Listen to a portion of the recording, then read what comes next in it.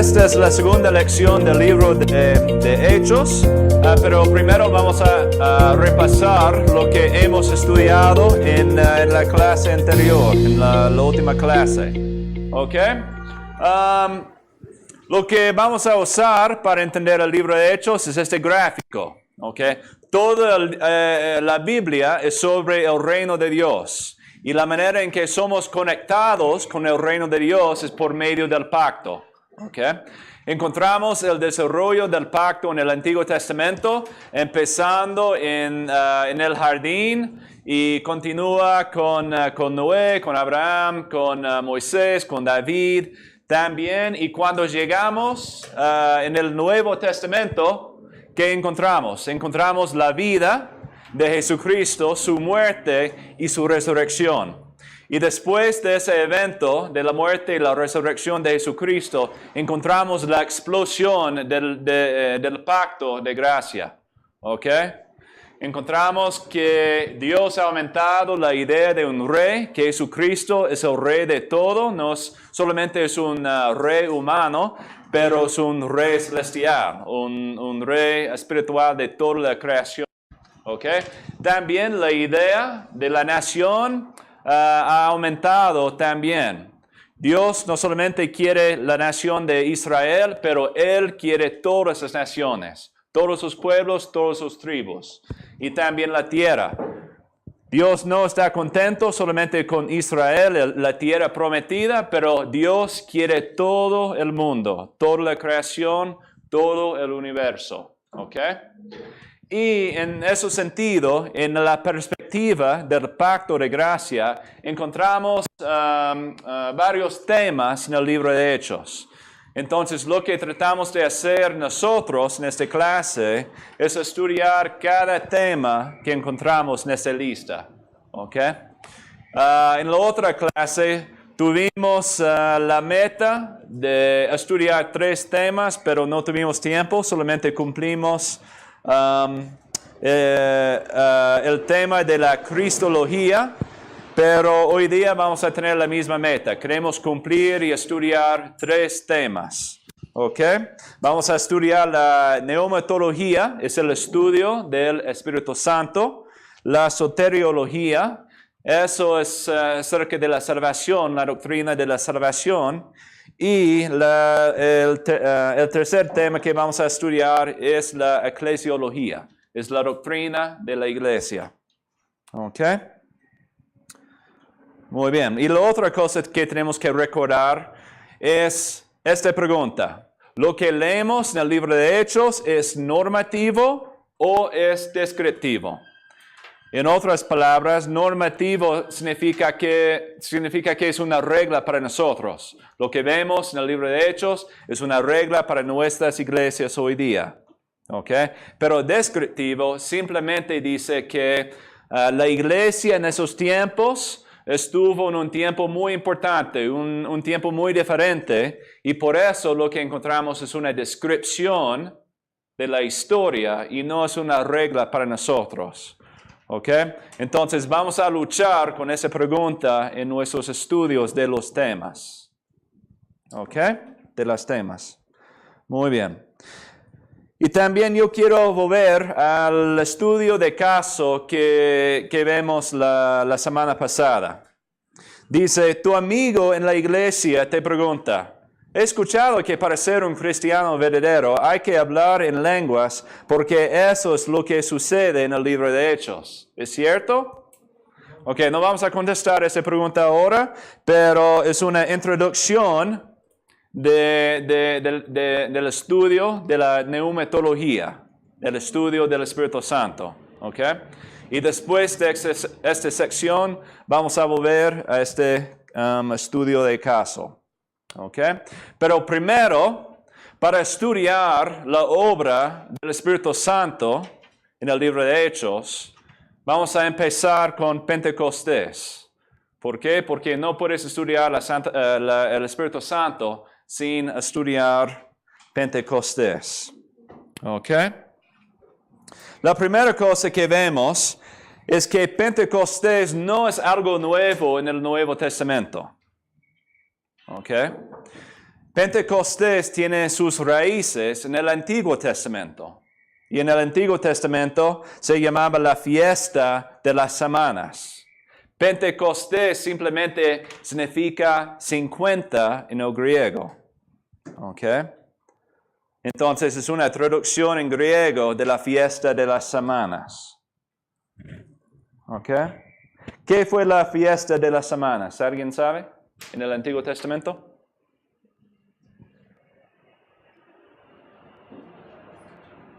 ¿Perdón? Ajá. Que los judíos celebraban de la cosecha. Muy bien, fue una celebración de la cosecha. 50 días después de la Pascua celebraban la fiesta de las semanas, de la cosecha. ¿Ok? Pero ¿qué sería la importancia de esa fiesta en el Nuevo Testamento, en el libro de Hechos? En Pentecostés, en el Antiguo se presentaban las primicias. Y eso vendría siendo como las primicias de esa venida del Espíritu Santo. Muy bien. Entonces es otro tipo de cosecha. Representa, como dijo el hermano, la venida, la llegada del Espíritu Santo. ¿Ok? Entonces es una cosecha espiritual en dos sentidos. Primero,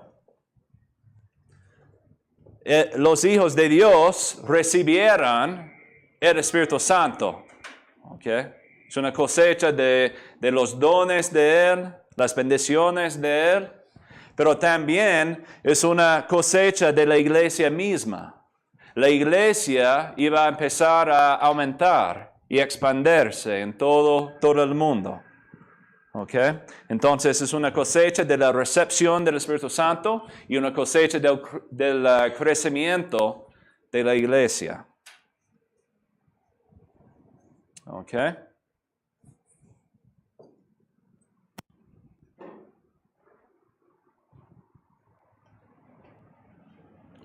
Muy bien. Entonces, el Pentecostés del Antiguo Testamento fue una sombra para la cosecha del Nuevo Testamento. Todas las fiestas del Antiguo Testamento tenían significado, tenían importancia. Eran sombras para lo que vemos en el Nuevo Testamento. ¿Ok? El segundo punto es que Pentecostés es una inversión de Babel. ¿Ok? En Génesis 11 encontramos la historia del Torre de Babel. ¿Y qué sucedió en esa historia? La gente del mundo querían ser famosos realmente. Querían tener un buen nombre en todo el mundo. Y por eso empezaron a construir un torre. ¿Pero qué pasó en la historia? Sí, Dios confundió sus lenguas. Y también ellos querían construir esa torre, esa ciudad, para evitar ser dispersados en todo el mundo. Pero Dios confundió sus lenguas y también Dios dispersó a toda la gente allá. Entonces ellos tenían lugares, sitios diferentes y lenguas diferentes. Pero lo que encontramos en Pentecostés es al revés. Ahora el Espíritu Santo les dio la misma lengua o la habilidad de hablar en la misma lengua. ¿Para qué? Para que la gente de otras partes pudieran escuchar el Evangelio en su propio idioma. ¿Okay? Pero también en Hechos 2, el verso 11,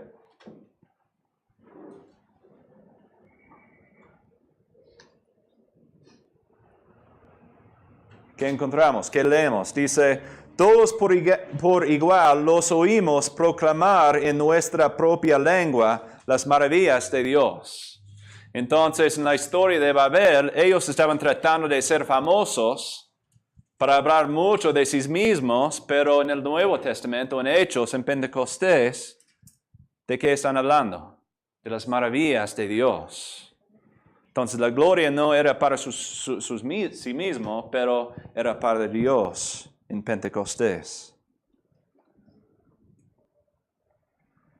Y también en Génesis 11, la gente estaba tratando de no ser dispersados en todo el mundo, pero lo que encontramos en el Pentecostés es que todos están en Jerusalén, ¿ok? Son unidos en el Espíritu Santo y en unos capítulos ellos van a ser dispersados también. ¿Para qué? Para llevar el Evangelio a todas partes del mundo, a los fines del mundo. ¿Ok? Entonces pueden ver que Pentecostés es una inversión de Babel.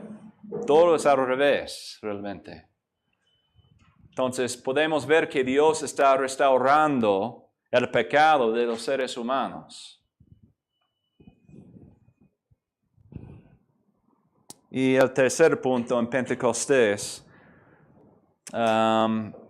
es que el Espíritu Santo llena el templo. Cuando leemos Éxodo 40, no vamos a leerlo ahora mismo, pero cuando lees Éxodo 40, encontramos que Dios llenó el tabernáculo.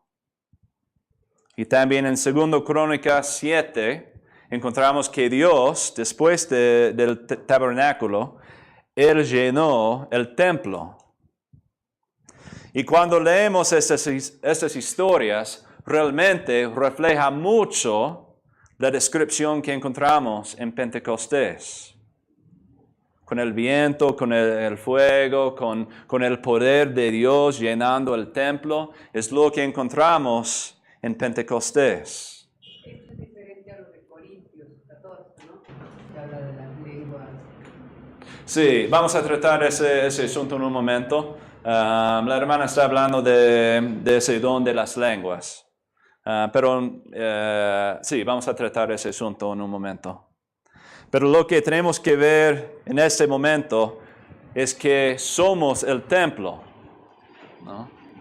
En 1 Corintios 3:16 dice que somos los cristianos, son el templo de Dios. Entonces, la manera en que Dios llenó el templo en el Antiguo Testamento, porque ahora, en el Nuevo Testamento, el templo no es un lugar físico, pero el templo es nosotros ahora. El Espíritu Santo está llenándonos con su poder y en la misma manera.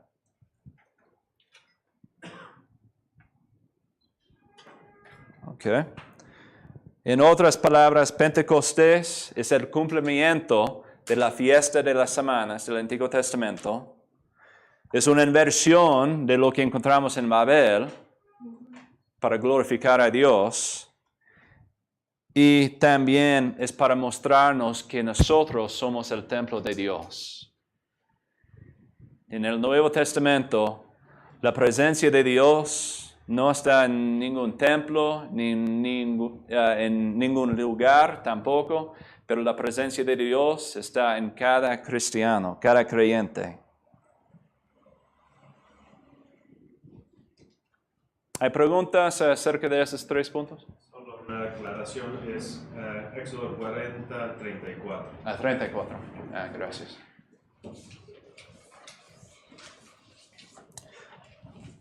¿Hay preguntas o comentarios? ¿En Pentecostés nace la iglesia o...? Porque otros dicen que no nace. Sí, vamos a hablar. La pregunta ¿es Pentecostés el nacimiento de la iglesia? Vamos a estudiar este punto un poquito más cuando estudiamos el tema, tema de la hermenéutica, pero para darles un breve resumen, cuando examinamos el pacto de gracia, en el Antiguo Testamento es con quién? Con Israel, los judíos, ¿no? ¿Qué pasó con la cruz? ¿Ok? Ahora, todavía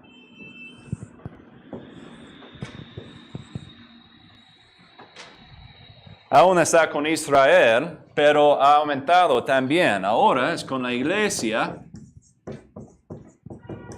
y Israel. ¿Ok? Ahora el pacto de gracia incluye los dos, la iglesia e Israel, y ahora los dos son uno y nada más. Todo es la iglesia. ¿Ok? Entonces, en un sentido, puede decir que Pentecostés es el nacimiento de la iglesia, pero en otro sentido podríamos decir que la iglesia empezó en el jardín o con la creación de los seres humanos. ¿Ok?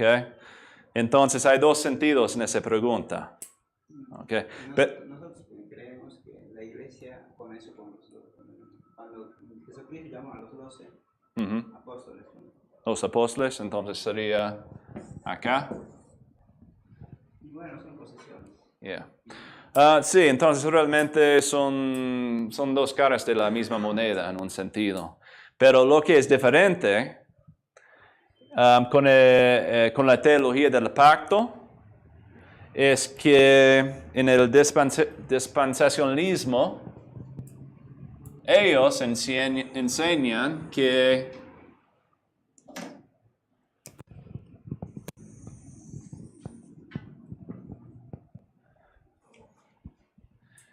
Dios tenía un plan con Israel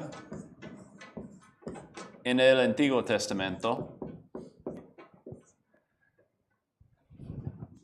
y en el Nuevo Testamento hay otro plan con la iglesia. ¿Ok? Entonces realmente hay dos planes, ¿no? Un plan con Israel que continúa hacia el futuro, pero también hay otro plan que empezó con Jesús, con los discípulos, con Pentecostés, con la iglesia. Okay. Esa marca la diferencia entre el dispensacionalismo y la teología del pacto. Son dos hermenéuticas muy diferentes cuando leemos la Biblia. Okay. Entonces, en otro tema vamos a estudiar esta idea más para aumentar esa doctrina, y también en el próximo módulo, en la teología bíblica, vamos a examinar esa diferencia también. Porque esta diferencia va a afectar mucha doctrina. ¿Ok? Pero es una pregunta muy importante. Eso es un resumen, vamos a tratar eso en otro tema. ¿Ok? ¿Pero hay otras preguntas?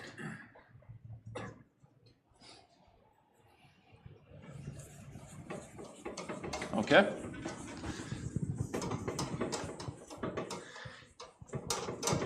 Entonces, esas son características acerca de Pentecostés, pero también en el libro de Hechos vemos que el Espíritu Santo tiene otro trabajo también.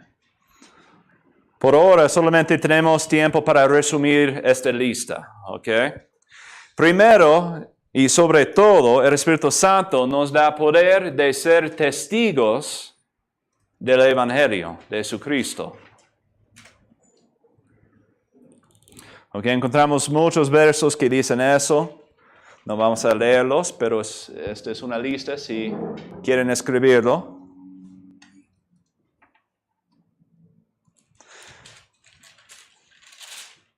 Otra cosa, otra responsabilidad y obra del Espíritu Santo es para fortalecernos.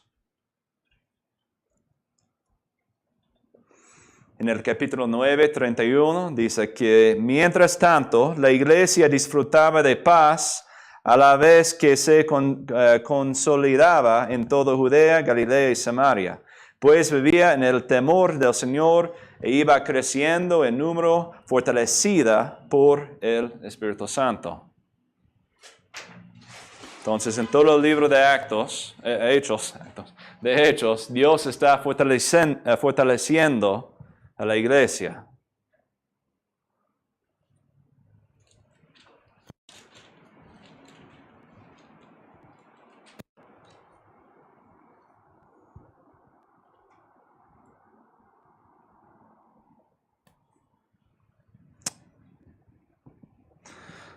Otro rol del Espíritu Santo es para darnos poder de emitir juicio. Encontramos un ejemplo de eso en el capítulo 5, en la historia de Ananías y Zafira, ¿no? Pedro aquí dice: ¿acaso no era tuyo antes que venderlo? Hablando del dinero, después de vender el terreno. Y una vez vendido, ¿no estaba el dinero en tu poder? ¿Cómo se te ocurrió hacer esto? ¿No has mentido a los hombres sino a Dios? Al oír esas palabras, Ananías cayó muerto. Y un gran temor se apoderó de todos los que se enteraron de lo sucedido. Okay. Entonces, en este caso, Pedro proclamó el juicio de Dios y el Espíritu Santo cumplió ese juicio contra Ananías. Y pasa también con Zafira. Pero ¿qué significa para nosotros? Significa que desde el púlpito los pastores tienen la responsabilidad de una manera ser profetas. No en el sentido de que vamos a adivinar el futuro, pero ser profeta en el sentido que tenemos que predicar directamente el Evangelio. Y el Evangelio incluye el juicio de Dios.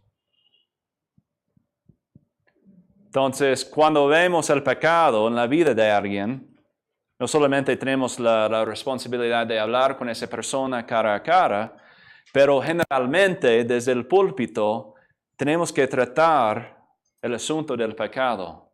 No podemos ignorar el pecado en nuestras congregaciones. Pero el Espíritu Santo nos da el poder de hablar francamente y sinceramente acerca de esas cosas. También encontramos ejemplos en el libro de Hechos cuando el Espíritu Santo nos ayuda a discernir el camino. En otras palabras, los apóstoles necesitaban discernimiento a dónde ir en sus ministerios y el Espíritu Santo les ayudó con esas decisiones.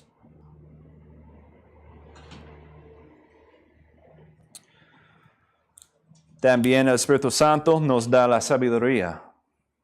En la historia con Esteban, él estaba discutiendo con la otra gente y dice que nadie podía confrontar la sabiduría de Esteban.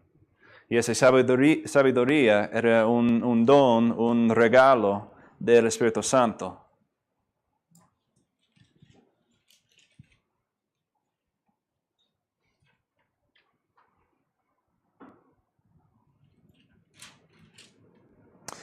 Y no solamente eso, pero en el verso 60 del capítulo 7, encontramos que el Espíritu Santo nos da el poder de perdonar.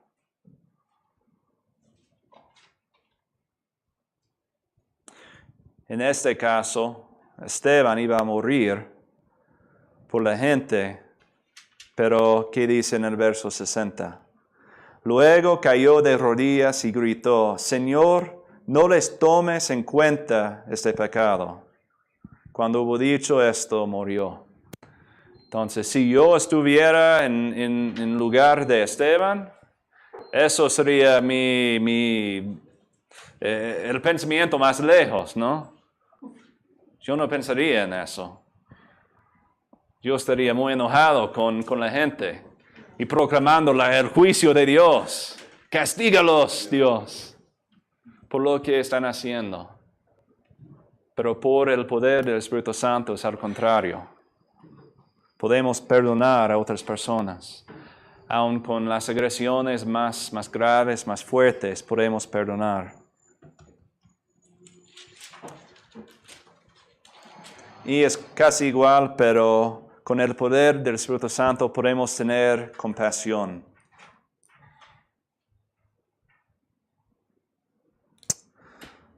En el capítulo 17, el verso 16, Pablo está en Atenas y en verso 16 dice eso. Mientras Pablo los esperaba en Atenas, le dolió en el alma ver que la ciudad estaba llena de ídolos. Entonces realmente nosotros deberíamos sentirnos igual, ¿no? Cuando vemos la idolatría de nuestra ciudad, de nuestro país, de nuestro mundo, deberíamos tener mucha compasión.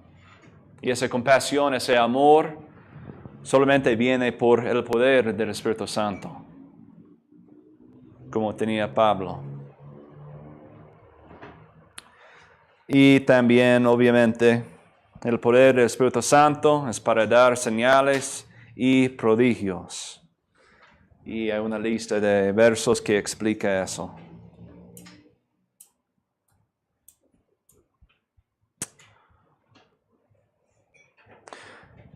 Entonces, después de tratar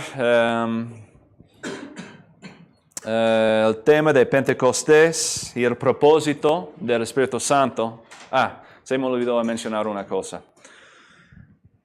Cuando estudiamos el propósito del Espíritu Santo, hay algo interesante que podemos notar.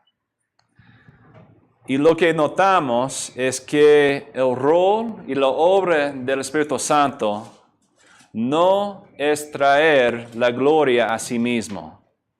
En otras palabras, el Espíritu Santo siempre está apuntándonos a Jesucristo y no a sí mismo, no al Espíritu Santo. ¿Por qué eso es importante? ¿Qué piensan? ¿Es el Espíritu Santo digno de gloria? Sí. Entonces, ¿qué es el propósito? ¿Por qué el Espíritu Santo quiere traer la gloria a Jesucristo y Dios al Padre en lugar de sí mismo? ¿Qué piensan?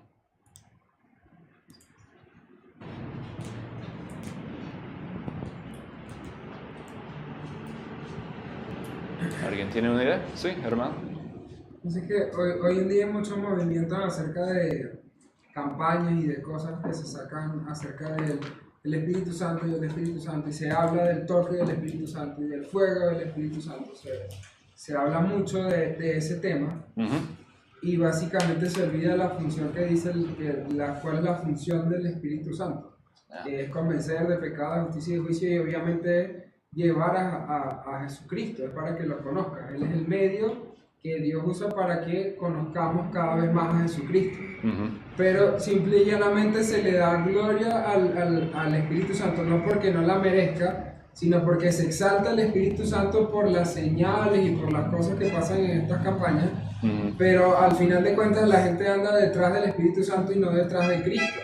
Anda detrás del milagro, de las cosas, de la prosperidad, y no andan detrás de Cristo. Entonces, en ese sentido, la función del Espíritu Santo se distorsiona y no es la que la Biblia expresa.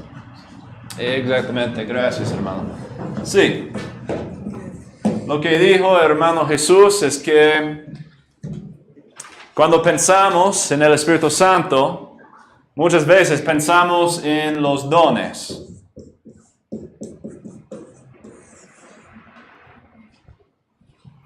Y los dones vienen del Espíritu Santo, eso es cierto.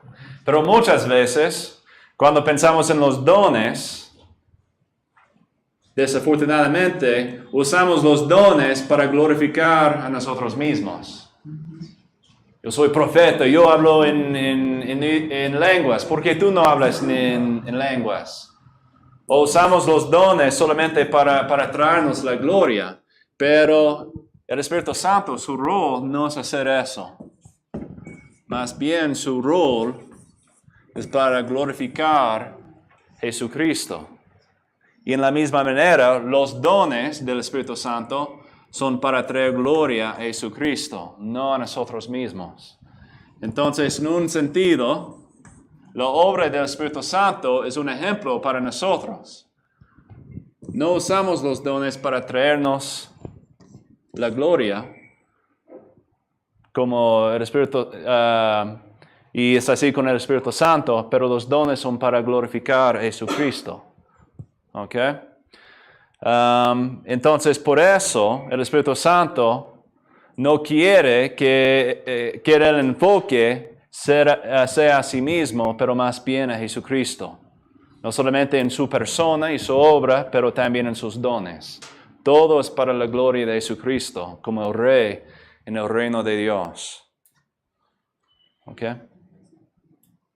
¿Me entienden? Muy bien. ¿Hay preguntas o otros comentarios acerca de eso? Y en cuanto a la persona, o sea, la Biblia dice que Dios, Espíritu Santo, Padre, Hijo y Espíritu Santo, o sea, la Trinidad de Dios y Espíritu Santo, si yo menciono el nombre del Espíritu Santo, no estoy mencionando el nombre de Dios. ¿Estás mencionando qué? O sea,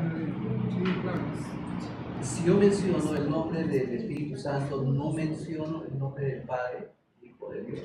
No, sí. Hay tenemos la Trinidad, cierto, pero realmente es como explicó el hermano Rodney en la otra clase, que los tres son iguales en poder, son iguales en gloria y todo, pero tienen sus propios roles, ¿ok? En la historia de redención, en el pacto, ¿ok? Entonces, el Padre envió a su propio Hijo para morir y resucitar en la tierra, y el Hijo y el Padre envió al Espíritu Santo. ¿Para qué? Para apuntarnos a Jesucristo. ¿Para qué? Para que pudiéramos ser salvos por medio de su sacrificio en la cruz. ¿Ok? Entonces, cuando menciono el Espíritu Santo, sí, estamos hablando de una persona de la Trinidad, y Él merece honor y gloria, pero su rol, su obra es para apuntarnos a Jesucristo. Pero todos son iguales.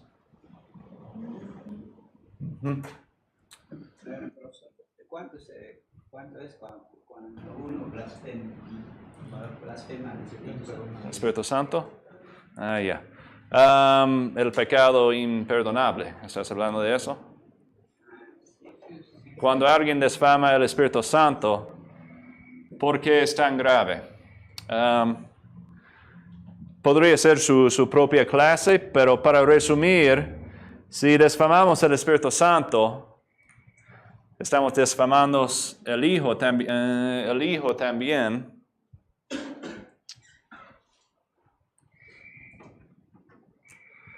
Estamos desfamando el Hijo de Dios también.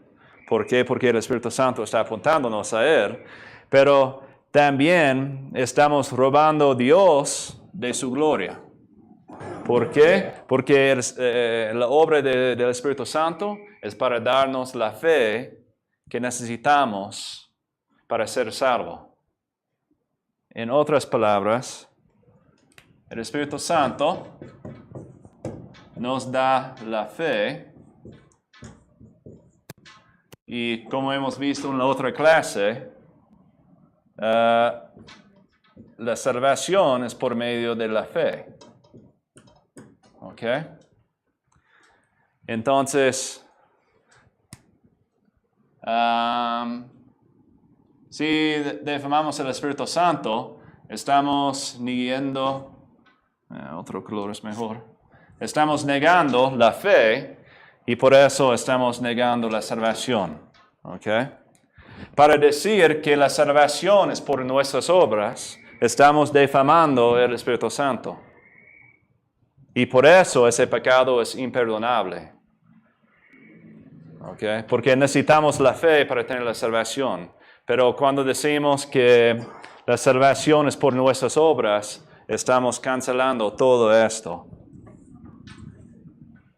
¿Me entienden? Ya. Creo que tenemos una pregunta virtual. De Raúl. De acuerdo al propósito de la salvación, creo que el Espíritu Santo da testimonio de la obra de Cristo para que la gente preste atención al mensaje de Cristo y sea salva. Sí, exactamente. Sí, en la soteriología vamos a tratar ese punto, pero básicamente la fe cristiana es una historia. No es una lista de reglas, no es lo que tenemos que hacer, pero el cristianismo es que Dios ya ha hecho para nosotros. Entonces siempre el Espíritu Santo está recordándonos de esto, de la persona y la obra de Jesucristo. ¿Ok? Muy bien. ¿Otra pregunta? Creo que en esta parte también, creo que podríamos decir también que así está establecido en la palabra de Dios. Creo que es la única forma de poder comprender acerca de la Trinidad también, ¿no? Por la obra del Espíritu Santo. Exactamente. Porque no podemos cambiar, nosotros no somos como seres humanos, no somos no tenemos ninguna autoridad y ningún derecho de cambiar como Dios lo decida. No, porque está establecido así, y el que Jesús mismo bien claro dijo que Él es el camino, ¿no? Él es la verdad y la vida. Está involucrado en la persona, la divinidad, pero ese es el medio, ¿no? Y la forma de que podemos comprenderlo, ¿no? Acerca del Espíritu Santo, del Padre y del Hijo y la parte de la Trinidad. Sí, no, correcto. La única manera que podemos tener una idea de la Trinidad es por medio de la obra del Espíritu Santo. Entonces, por eso siempre el Espíritu está enseñándonos de estas cosas. Del Evangelio, de la sana doctrina, de todo eso.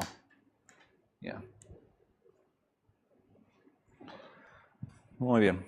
Ok, entonces después de estudiar Pentecostés y el propósito del Espíritu Santo, llegamos a un problema, y es un problema muy delicado en la vida de la iglesia, y hemos hablado un poquito de eso, pero necesitamos tratar el asunto directamente. Y es el don de las lenguas. Desafortunadamente hay mucha división en la iglesia acerca del don de las lenguas. Y para empezar esta conversación, quiero recordarles que de dos cosas realmente. Primero, lo que yo voy a presentarles es la perspectiva reformada. Okay.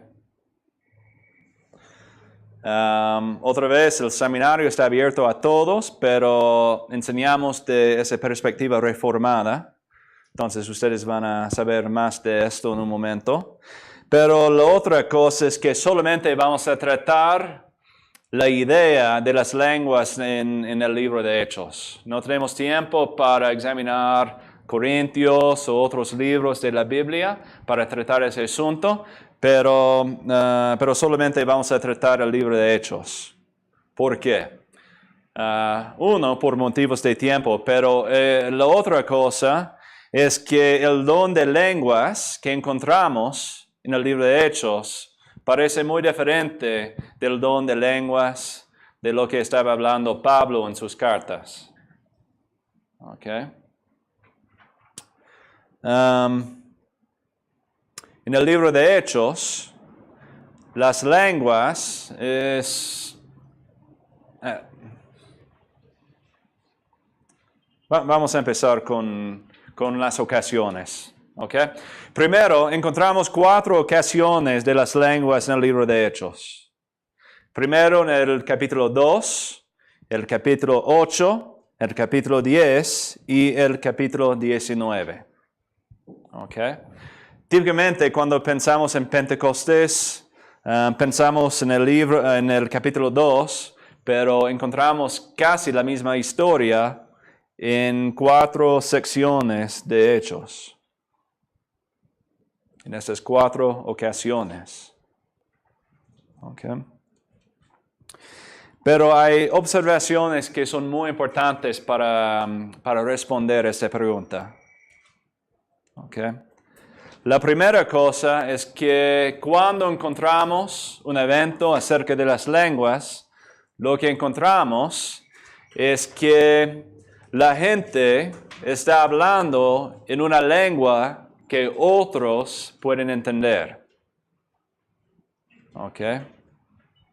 Por ejemplo, si vamos a Puno, en un pueblo donde hablan quechua y nada más, y recibimos el don de lenguas que encontramos en el libro de Hechos, podríamos hablar en quechua, sin estudiar, sin conocer ese idioma, pero eso sería un ejemplo de lo que encontramos en el libro de Hechos.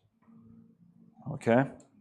Es diferente que el don de las lenguas en las cartas de Pablo, porque en las cartas de Pablo dice que el don de las lenguas es una comunicación especial de oración.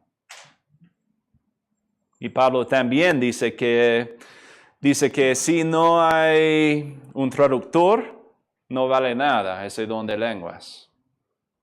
Okay, entonces una diferencia entre Hechos y las cartas de Pablo. Pero también lo que encontramos es que cada ocasión en el libro de Hechos marca la expansión de la iglesia. Por ejemplo, en el capítulo 2 está mostrándonos que los judíos habían recibido el Espíritu Santo. Okay. En el capítulo 8 nos muestra que los samaritanos habían recibido el Evangelio. ¿Por qué eso es importante? Que los samaritanos recibieron el Espíritu Santo. Es un evento muy importante en la vida de la iglesia. Y ya no haga distinción. Sí, para que no haga una distinción entre los judíos y samaritanos. En esos tiempos, ellos eran enemigos, los judíos y los samaritanos. Entonces, era una gran ofensa a los judíos que los samaritanos habían recibido el Espíritu Santo. Pero la ofensa es más grande, porque en el capítulo 10 encontramos que el Espíritu Santo llegó a los gentiles también. Entonces, es otra expansión de la iglesia.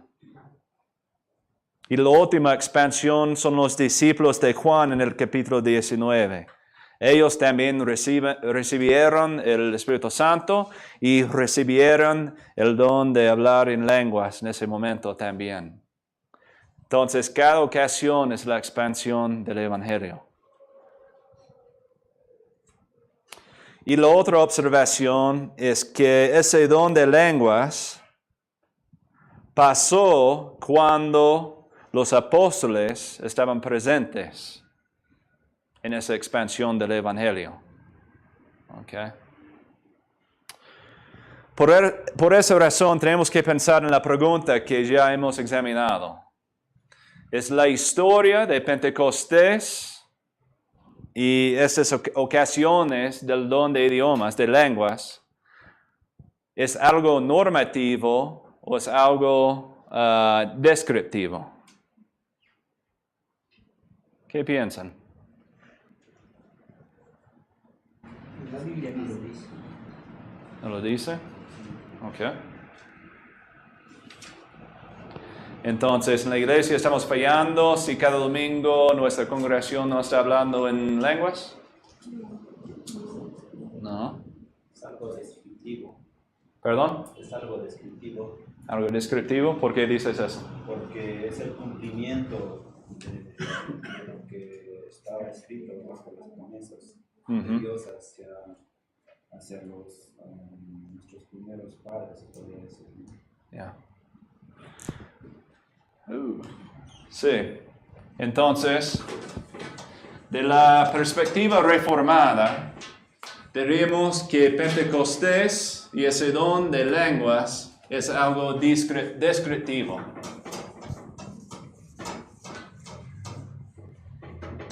¿Por qué? Porque primero encontramos los judíos. Segundo,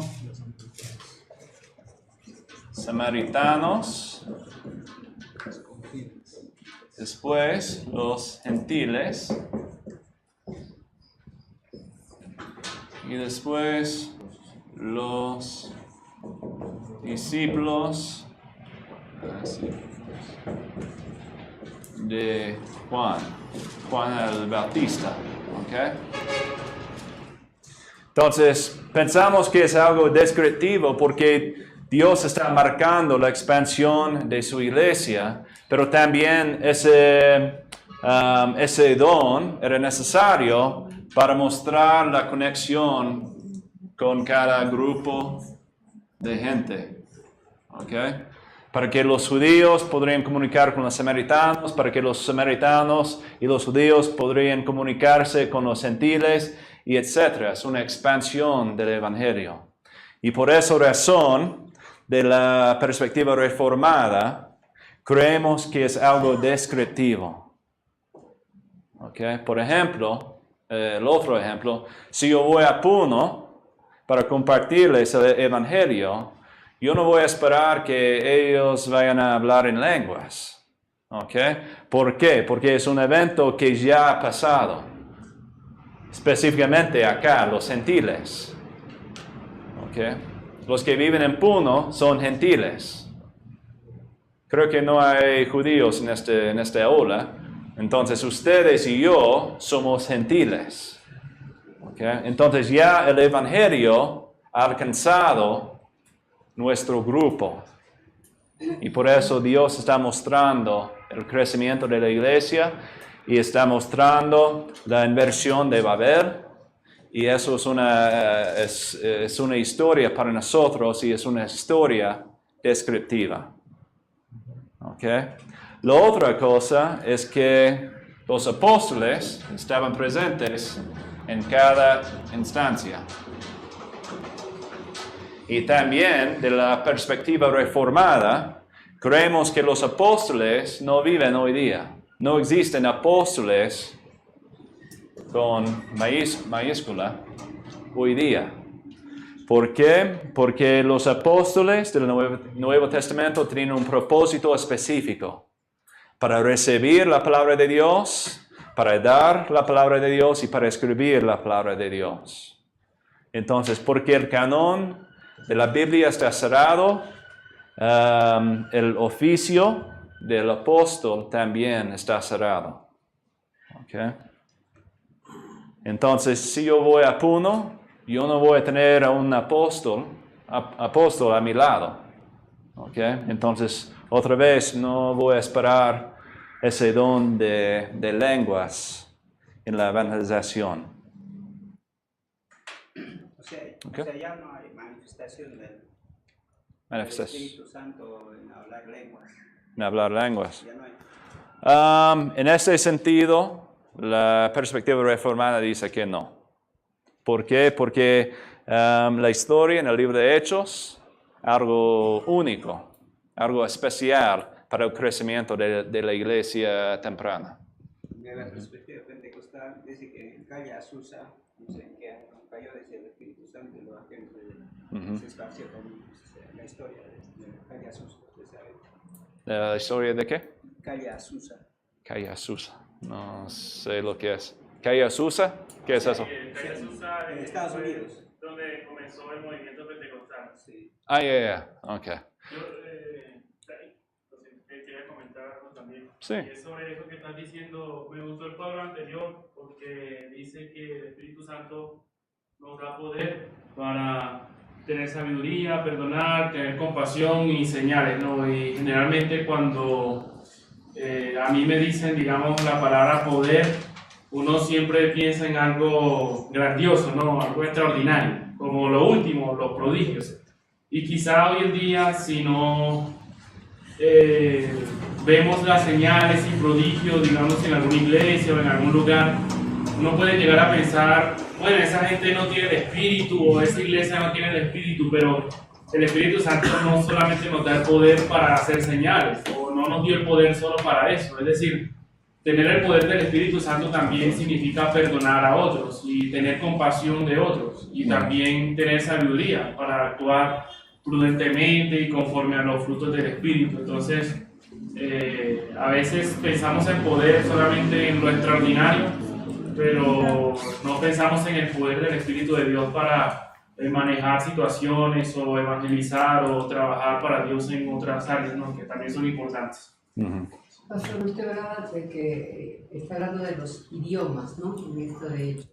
Sí. Está hablando de las glosolarias. Acerca de la glosoraria, la perspectiva reformada es igual. ¿Ok? ¿Por qué? Porque cuando hablamos de la glosoraria, estamos hablando de la autoridad de las escritoras. En otras palabras,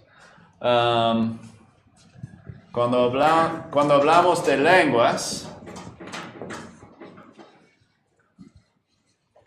y también tenemos la Biblia. Hay una pregunta. Sí, yo voy a tratar de ese.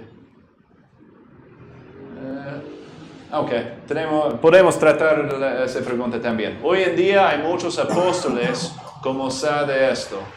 Se habla mucho del bautismo con el Espíritu Santo también. Yes. Ok. Hay varias cosas. Primero, vamos a conversar acerca de las lenguas y profecía. Ok.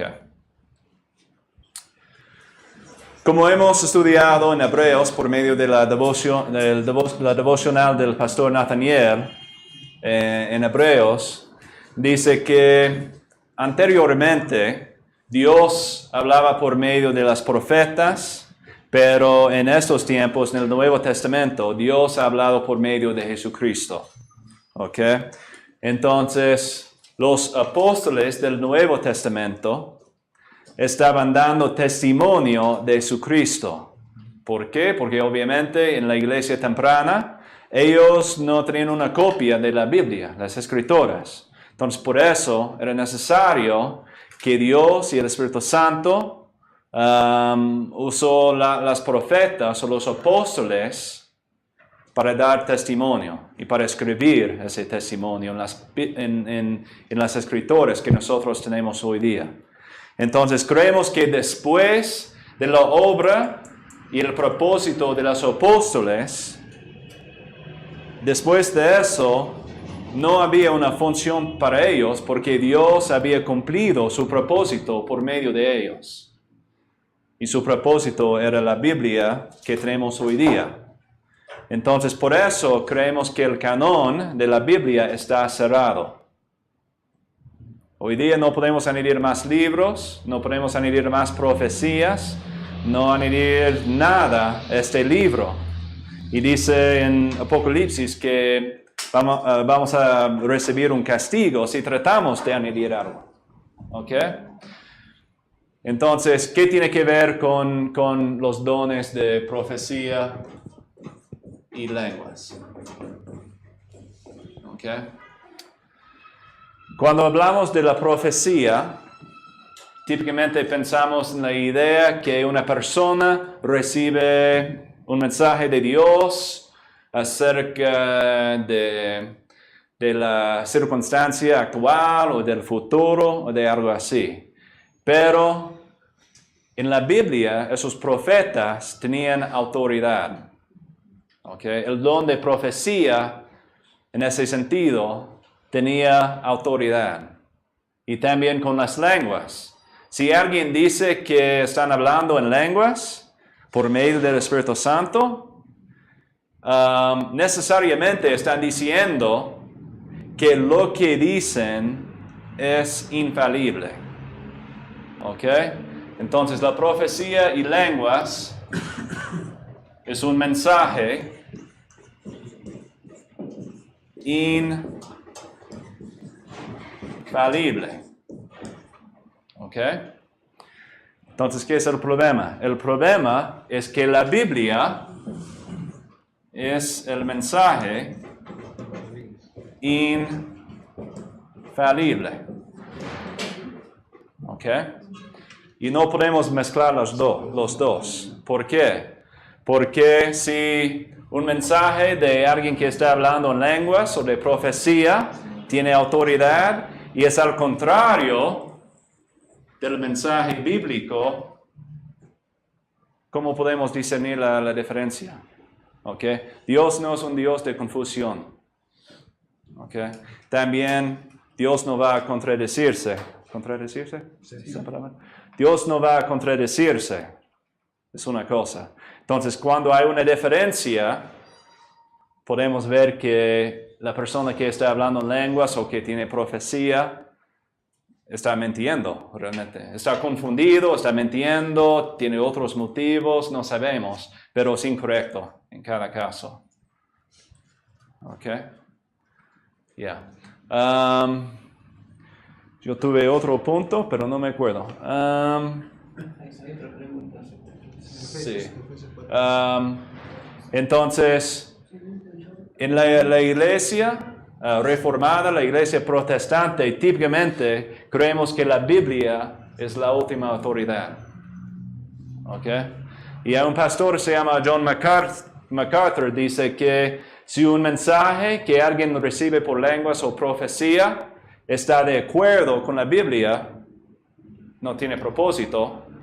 Y si está al contrario de la palabra, es incorrecto, es una mentira. Entonces, en cualquier situación, ese don de profecía y lenguas no tiene propósito. ¿Ok? Y también, si este mensaje infalible de una persona que habla lenguas o profecía, si está de acuerdo con la palabra o es algo adicional, también lo que estamos diciendo es que la Biblia no es suficiente. ¿Ok? Ok, para resumir todo eso, si afirmamos el don de lenguas y profecía, estamos diciendo que su mensaje es infalible. Y si su mensaje es infalible, estamos diciendo que la Biblia es no suficiente. ¿Por qué? Porque necesitamos otro mensaje. ¿Ok? Un mensaje nuevo. Un mensaje fresco es la palabra, nuestra expresión, ¿no? Pero creemos en la iglesia que la Biblia es suficiente. Y también el canon está cerrado. Una buena implicación de eso podría ser que, o sea, si hay una profecía de alguien o algo en lenguas, sí, una manifestación en lenguas que es correcta, o sea, que es infalible, pero si no está en la escritura y es infalible, entonces tendríamos una autoridad también a la cual deberíamos estar sujetos, aparte de la escritura también. Yeah. Sí. Una cosita, ahí con respecto a los apóstoles, hay un verso que a mí me llama mucho la atención, que es Apocalipsis 21:14, ¿no? Ajá. Que dice que, y el muro de la ciudad tenía 12 cimientos, y sobre ellos los 12 nombres de los 12 apóstoles del Cordero. Dice que son 12. Y si es un fundamento, ¿verdad? Que los apóstoles son el fundamento, que creo que es el 4:11, donde el que está citando es el de 4:11. Obviamente, haciendo la analogía con una estructura, las estructuras solo tienen un solo fundamento, no tienen varios fundamentos. Eso, entonces simple y llanamente son 12. El número que da es 12. La escritura en el Apocalipsis donde termina y donde culmina son 12. Yeah. Y aparte de eso, tendríamos que comenzar entonces a discernir entre un montón de cosas porque los mormones tienen apóstoles. ¿Sí? O sea, el Papa se dice que es prácticamente el Dios aquí en la tierra. Entonces tendríamos que comenzar a ver, entonces, o les creemos a todos o no les creemos a ninguno. Ajá.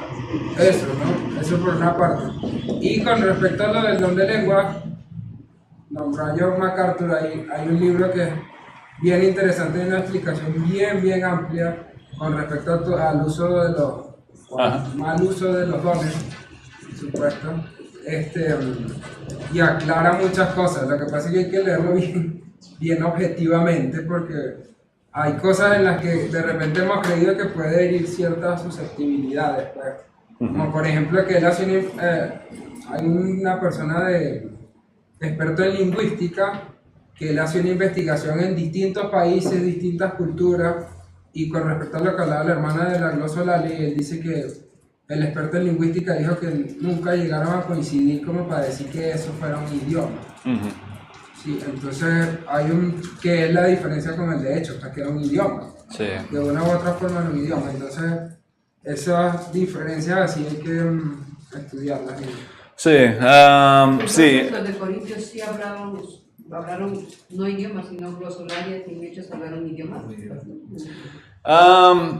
Sí, porque encontramos en el libro de Hechos el patrón de Pentecostés con cada grupo nuevo. Y encontramos en Corintios con Pablo que ese don era un problema en la iglesia. Había mucha confusión acerca de ese don y muchos estaban diciendo que estaban hablando en lenguas y otros que dicen que no es correcto. Entonces, ¿qué escribió Pablo en sus cartas? Escribió que si no hay traductor para ese don de lenguas, no vale nada. Tienes que callarte si no hay traductor. Hay otro que dice que es para edificación de uno mismo.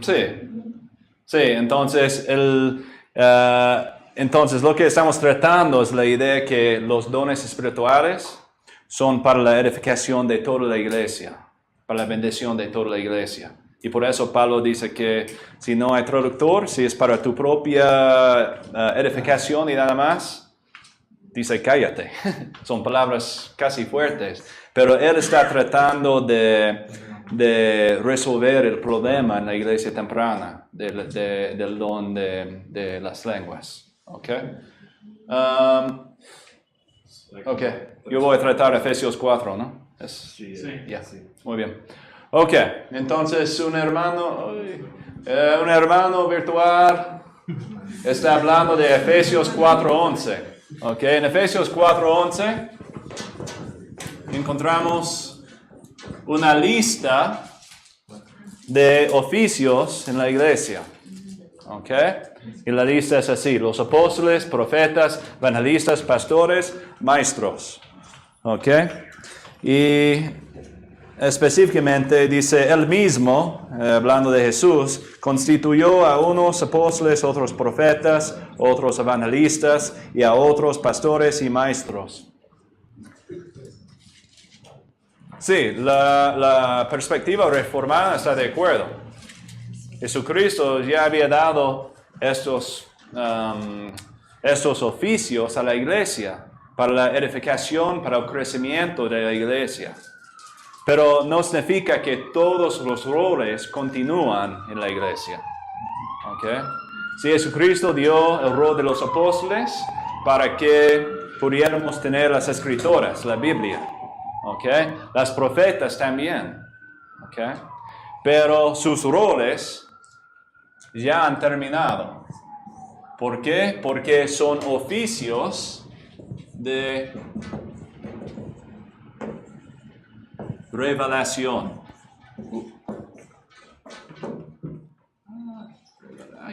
Es inglés. Revelación. Yeah. Okay. Son oficios de revelación. En otras palabras, son infalibles. Okay. ¿Qué pasó en el Antiguo Testamento con los profetas? Si estaban mintiendo, la gente tenía que matar a ese profeta, porque no era un mensaje de Dios. Entonces los apóstoles, los profetas, llevan una responsabilidad de autoridad y de revelación infalible de Dios. Pero ¿por qué tenemos la Biblia? Porque el canon está cerrado. Este oficio también no existe hoy día. Y cualquier don que es para una nueva revelación no existe hoy día, porque la revelación está cerrada. ¿Ok? Acerca de los evangelistas, pastores, maestros, tenemos un un rol profético también.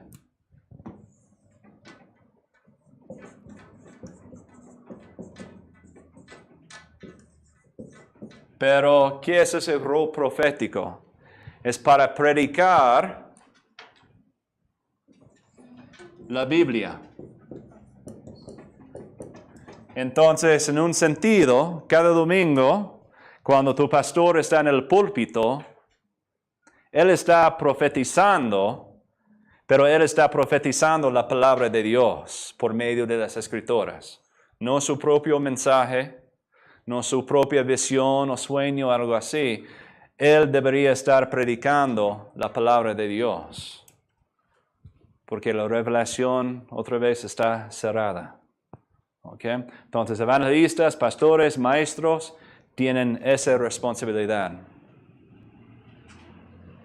Y es por eso que tenemos que tener mucho cuidado cuando predicamos, porque estamos manejando la palabra del Señor. Y nosotros, porque no somos apóstoles ni profetas, podremos estar equivocados en nuestra predicación.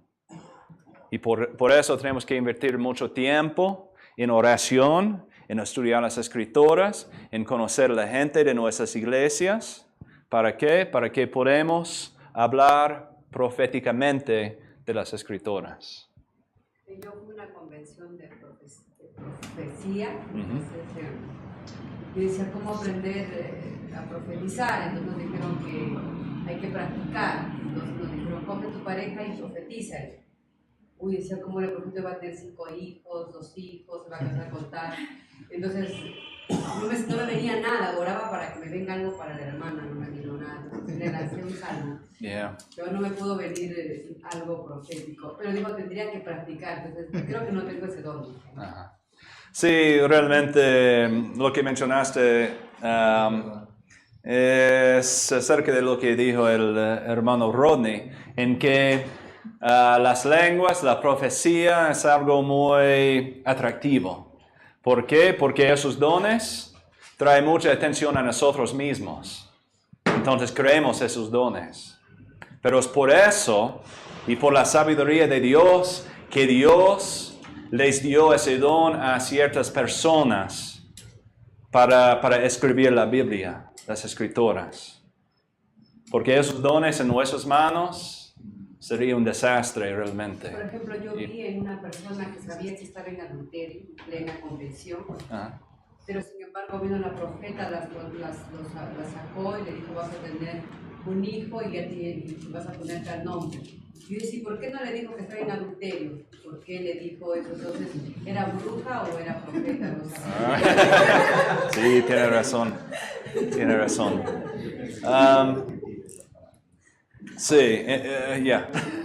Entonces, otra vez en nuestra perspectiva reformada, creemos que los dones que tienen que ver con la revelación, las lenguas, la profecía, no existen hoy día.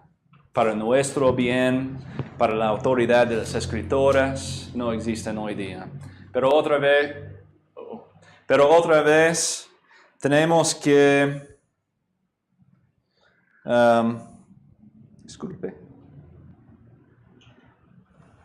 Tenemos que recordar que tenemos hermanos y hermanas que creen en esas cosas. Y tenemos que respetarlos. Porque no estamos aquí para decir que ellos están equivocados y somos correctos y nada de eso. Pero queremos enseñar estas cosas para que podamos ser unidos en Cristo, para la unión de la iglesia y también para reconocer que ellos tienen una perspectiva diferente y vamos a respetarlo, pero creemos que no está de acuerdo con la palabra de Dios. Okay. Entonces, es una pregunta muy delicada, es muy controversial, entonces tenemos que tener mucho cuidado cuando tratamos esta pregunta. Okay. Pero básicamente esa es la perspectiva de la Iglesia Reformada. Tenemos que seguir adelante, pero ¿hay otras preguntas acerca de eso?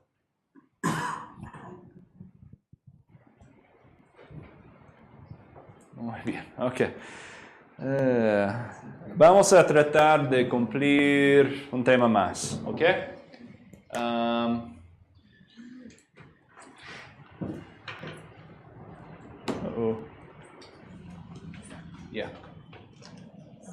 Ok. Entonces, vamos a empezar la doctrina de la soteriología. Es el estudio de la salvación.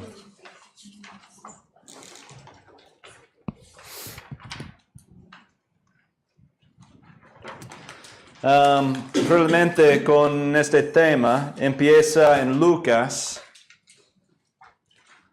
Tenemos que recordar que Lucas y el libro de Hechos son escritos por Lucas y también son dos partes del mismo libro, son un volumen.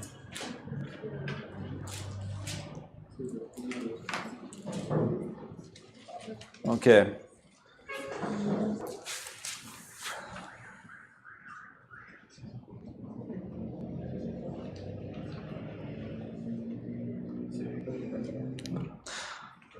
Ok, en Lucas 24, en los fines de ese capítulo, Jesús se aparece a los discípulos y empezando en el verso 45, encontramos esas palabras. Entonces les abrió Jesús el entendimiento para que comprendieran las Escrituras. Esto es lo que está escrito, les explicó, que el Cristo padecerá y resucitará el tercer día, y en su nombre se predicarán el arrepentimiento y el perdón de pecados a todas las naciones, comenzando por Jerusalén. Ustedes son testigos de estas cosas. ¿Ok? Entonces, ¿qué hizo Jesús? Jesús, en sus últimos días en la tierra, con sus discípulos, les abrió sus mentes para entender el Antiguo Testamento, para mostrarles que todo el Antiguo Testamento nos apunta a la persona y la obra de Jesucristo. Entonces, todo el Antiguo Testamento es la promesa del Mesías, de Jesucristo. ¿Ok? Entonces, por eso en la primera cajita dice que la soteriología empieza con una promesa. La promesa de Jesucristo. Y en la segunda cajita también. ¿Ok? Pero después de la muerte y la resurrección de Jesucristo, la soteriología continúa con un mensaje. Otra vez, el cristianismo no es una lista de reglas que tenemos que obedecer.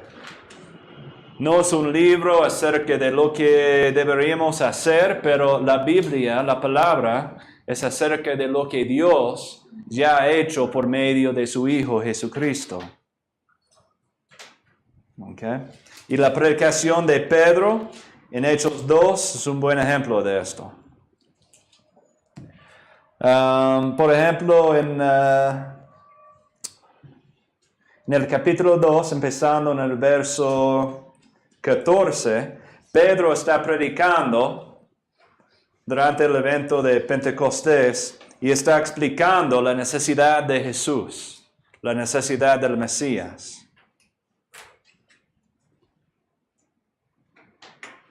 ¿Y qué es la convicción de la gente? Encontramos la respuesta en el verso 37 del capítulo 2. Dice, cuando oyeron esto, todos se sintieron profundamente conmovidos y les dijeron a Pedro y a los otros apóstoles, hermanos, ¿qué debemos hacer? Ok, entonces, ¿qué vemos? La promesa de Jesús del Antiguo Testamento, la llegada de Jesús, su muerte y su resurrección, y después la predicación de ese mensaje. Y después de eso encontramos la convicción de la gente, después de escuchar el Evangelio. Ok. Eso es el orden común en la soteriología. También tenemos que darnos cuenta que en este estudio no estamos tratando la idea de elección, justificación, adopción, santificación, todo eso. Lo que estamos tratando es la manera en que Dios nos usa para predicar el Evangelio y para cambiar sus hijos. Entonces encontramos la promesa, el Mesías, el mensaje y después la convicción. ¿Y qué es la respuesta de Pedro? Dice en el verso 38, arrepiéntase y bautícese cada uno de ustedes en el nombre de Jesucristo para perdón de sus pecados, lo contestó Pedro, y recibirán el don del Espíritu Santo. En efecto, la promesa es para ustedes, para sus hijos y para todos los extranjeros, es decir, para todos aquellos quienes el Señor nuestro Dios quiera llamar. ¿Ok? Entonces, después de esa cadena, encontramos que todo está en la soberanía de Dios. Porque termina así. Otra vez, por todos aquellos a quienes el Señor nuestro Dios quiere llamar. ¿Ok? Entonces, podemos identificar la promesa y el Mesías y el mensaje y la convicción de la gente, pero todo eso es la obra del Espíritu Santo en sus hijos. Y también en el verso 47 dice, alabando a Dios y disfrutando de la estimación general del pueblo. La segunda parte de eso. Y cada día el Señor añadía al grupo los que iban siendo salvos. ¿Ok? En otras palabras, lo que encontramos en la soteriología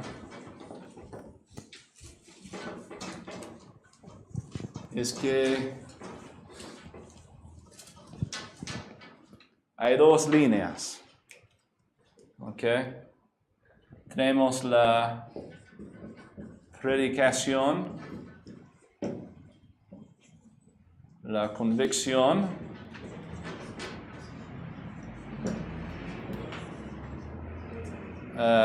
y fe y arrepentimiento. Entonces, de una perspectiva humana, es lo que vemos nosotros. Pero de una perspectiva espiritual, celestial, lo que encontramos... no funciona bien. Lo que encontramos es la obra del Espíritu Santo. ¿Ok? Entonces, desde arriba es lo que vemos, pero si pudiéramos ver todo el panorama, veríamos que es la obra del Espíritu Santo que está trabajando por medio de la predicación, por medio de la convicción. El Espíritu Santo está dándonos la fe y el arrepentimiento para ser salvos. ¿Ok? Entonces creo que eso no es algo nuevo para ustedes y hemos hablado un poquito de esto en la clase de Rodney, pero yo quiero cerrar nuestro tiempo con un estudio de pasaje en Hechos 8, 9 al 24.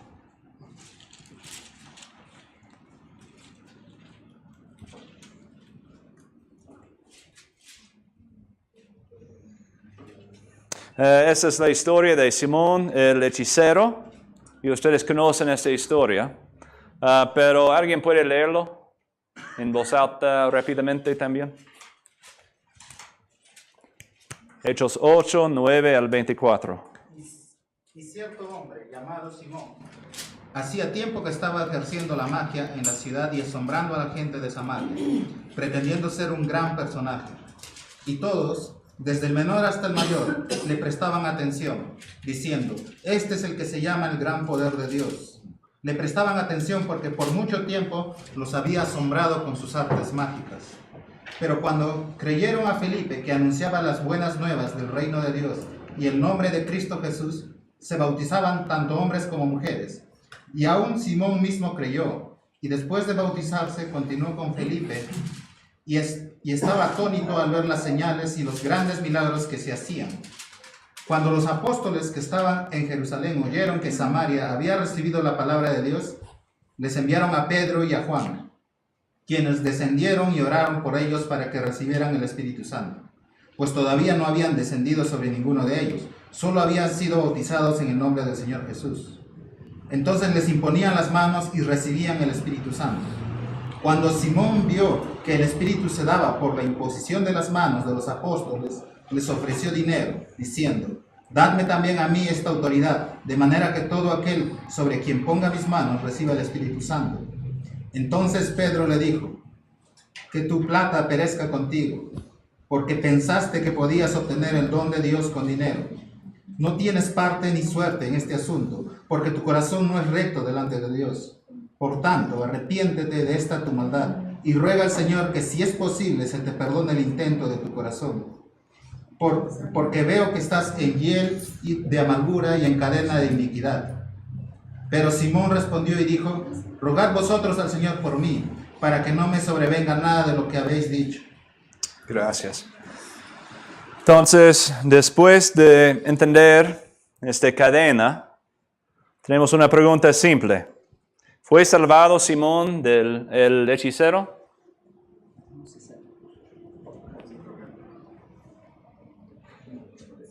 ¿Quiénes dicen sí? Levanta la mano. ¿Quiénes dicen no? ¿Abstenciones? ¿Ya? Bastante. Pero en el verso 13 dice: Simón mismo creyó, y después de bautizarse seguía a Felipe por todas partes, asombrado de los grandes milagros y señales que veía. Entonces encontramos la fe, ¿no? O Lucas estaba mintiendo. Y también el verso 24, después de las palabras, después de esas palabras muy fuertes, ¿qué dijo él? «Rueguen al Señor por mí», respondió Simón, «para que no me suceda nada de lo que han dicho». Eso puede ser arrepentimiento, ¿no? Entonces, ¿qué piensan? ¿Simón el hechicero es salvado o no?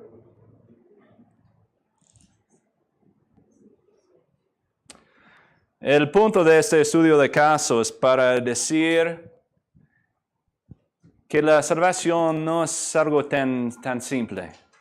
Podemos analizar una cadena así, pero en la iglesia es otra cosa.